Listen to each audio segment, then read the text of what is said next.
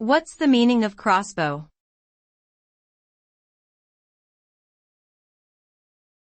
Crossbow.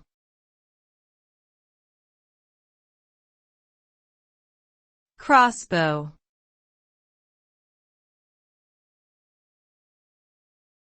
Crossbow.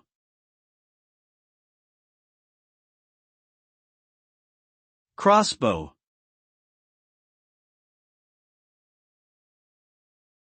A crossbow is a type of weapon that uses a horizontal bow mounted on a stock to shoot projectiles, usually arrows or bolts.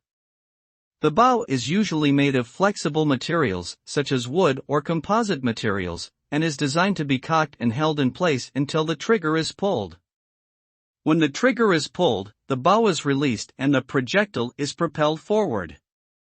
Crossbows are often used for hunting and target shooting, and are favored by some hunters because they are quieter than traditional bows and can be easier to aim.